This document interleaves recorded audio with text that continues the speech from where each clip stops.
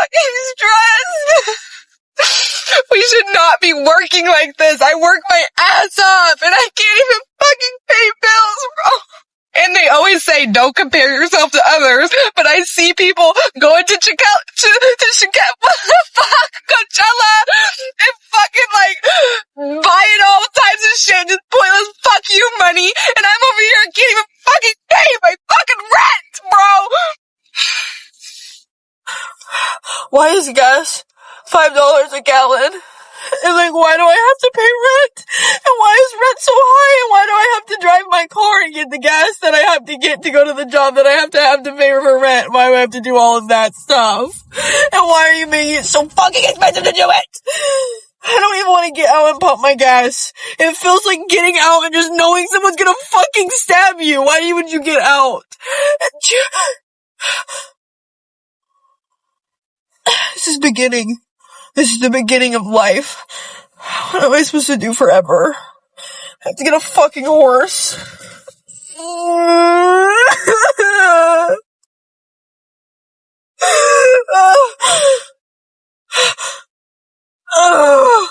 I haven't paid my rent in 3 months. I got food in the fridge though. My car is downstairs and I can get back and forth to work, but I haven't paid rent in 3 months. I'm not saying this to flex at all. I'm not. But what else am I supposed to do? Like, I can't afford it because bills keep coming out. Rent is already high. Like, I need to eat. Okay? I need to do what I need to do to take care of myself. So I'm not paying it. And you know, these jobs don't care nothing about your personal life. Like, all they care about is you showing up on time, doing your 8, 10, 12 hours, however long you have to work. And then that's it. And then you do it all again the next day. Like, I'm burnt out. I'm tired. Like, I'm not about to be working 6 other jobs just to be able to pay my rent. Call me crazy if you want, but I'm still here. So we're gonna have to see what happens in the next 30 days. Life's so damn high, you can't even afford to die. Have you seen the cost of caskets and funerals? Man, when I die, just throw my ass in the ocean. Fuck it. I cry every day. It's terrible. It's ridiculous. We deserve better attention about that. The war is causing so many problems. You know, it's who knows? Maybe next week gonna be $6 a gallon. Prices have gone high, and it looks like they're gonna keep on getting higher. So people are gonna have to make adjustments. So it's bad enough that things are expensive already. So now, you know, we're dealing with the gas. So my heart is out with all those people that are struggling. We're powerless. It's crazy. And it's going to go up. So, I mean, it was getting gas today because I think tomorrow it'll be over $4. This is not an exaggeration. Every $500 that I make, I spend $2,000. Like, every large sum of money that I make, I spend double that, if not even more. And it's not because I want to be. It's because everything just is like, it's just bill. Everything's more expensive, but the quality of everything's going fucking take a bet. When will this end? A new survey says most Americans now see the middle class as out of reach. The New York Times Siena poll found that 2/3 of voters think a middle class lifestyle is unattainable for most people. That includes home ownership, stable employment, and a disposable income for leisure. 77% also say it's harder to achieve a middle-class lifestyle than a generation ago. Those polled say they do not feel confident in their ability to pay for retirement, housing, and health care. Pew Research defines middle class as 2/3 of the median household income. Here in California, that comes out to an annual income of roughly $63,000 to $190,000. Hey, we live in central Illinois. Our electric rates just went up 50%. My nephew has a ranch home that's probably 1,200 square feet, and his bill went from $260 to $560 in the last month. No difference in usage. The company just increased their rates 50%. So I'm curious if you have a similar home in a surrounding state, what you pay.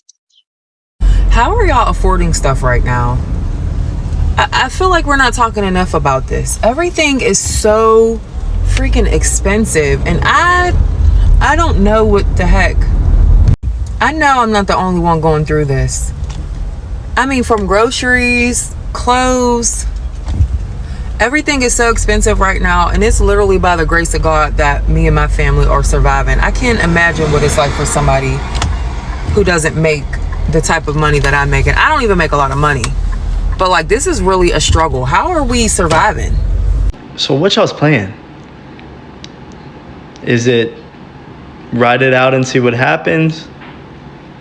Go homeless or move the country? Like what? Like genuinely, dude, what are y'all doing? Because I don't know. You know what I want to talk about? We as Americans are soft as fuck. These companies are having a field day with us because they're increasing prices by the fucking day. Every time you look up, it's a surcharge for this. Gas prices going up, groceries going up.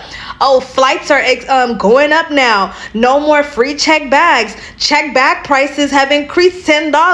Now you need a subscription for your Gmail account. Now you need subscriptions for card features that you are the car same car that you've been driving. Now you need to pay fucking features for it. We are losing as a society. We're not fighting for anything.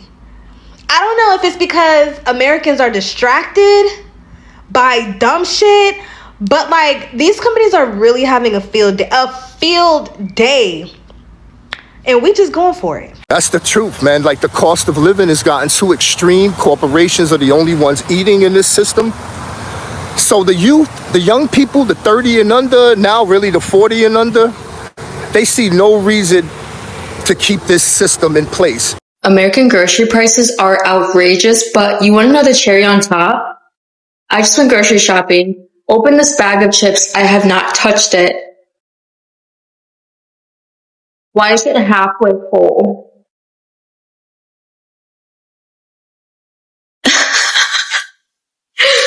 That's how much they fill the bag. What's the point of even putting it in a big bag? I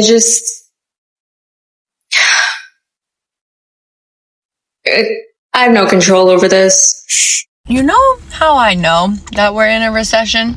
This, get a good look. This costs $9. What the This costs $9? What? What world are we living in? Family, something is shifting in America, and it's not subtle anymore. It's loud, it's emotional, and for many people it's deeply personal. Now, behind the image of American dream family, behind the polished social media posts and curated lifestyles, there's a reality that millions are currently facing, and it's breaking them. Americans are crying, not always in public, but not always on camera, but in their cars after work, in the kitchens late at night, and in the silence of trying to figure out how to stretch money that simply isn't enough anymore. And the cost of living in the United States has reached a point where even people with full-time jobs, sometimes even multiple jobs, are struggling just to survive. Rent prices have skyrocketed. Groceries that once cost $100 now cost $200 or more, and basic necessities like gas, like electricity, like healthcare continue to climb with no sign of slowing down. And what makes this situation even more intense is that wages have not kept up. So what you're seeing now is not just inflation, family, it's pressure, constant and relenting pressure on everyday people. Think about it, family. There are families where both parents are working, and still at the end of the month they are choosing between paying rent or buying enough food. There are young adults who did everything right, went to school, got degrees, followed the system, and now they're drowning in student student debt with no financial stability. There are elderly people who worked their entire lives now forced to go back into their workforce because retirement simply isn't enough. And it's not just about money, family. It's about what this pressure is doing to people mentally and emotionally. Stress levels are rising, anxiety is becoming normal. People are constantly worried about the future, worried about losing their homes, worried about medical emergencies, worried about what happens if things keep getting worse. Because for many family, this doesn't feel temporary. It feels like the beginning of something deeper, something more permanent. What's even more telling is how people are starting to prepare.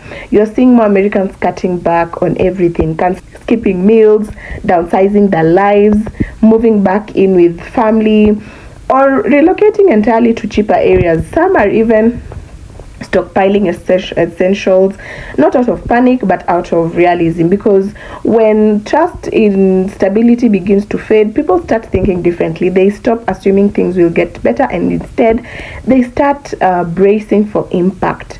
And here's the uncomfortable truth, family. This isn't affecting just one group. It's spreading across the middle class, the very group that was once considered the backbone of the American economy. The line between stable and struggling is becoming thinner and thinner. People who once felt secure are now realizing how quickly things can change. One unexpected bill, one job loss, one emergency, and everything collapses. And so when you hear that Americans are crying, it's not an exaggeration, family. It's a reflection of a reality that's becoming harder to ignore. This is what happens when the cost of living rises faster than the ability to live. This is what happens when the system becomes too heavy for the people it's supposed to support. And the question now is not just how did this happen, what happens next? Because if this trend continues, family, if prices keep rising and wages remain stagnant, then what we are witnessing might not just be a difficult period, it might be a turning point, a moment where people begin to fundamentally rethink what life in America actually means.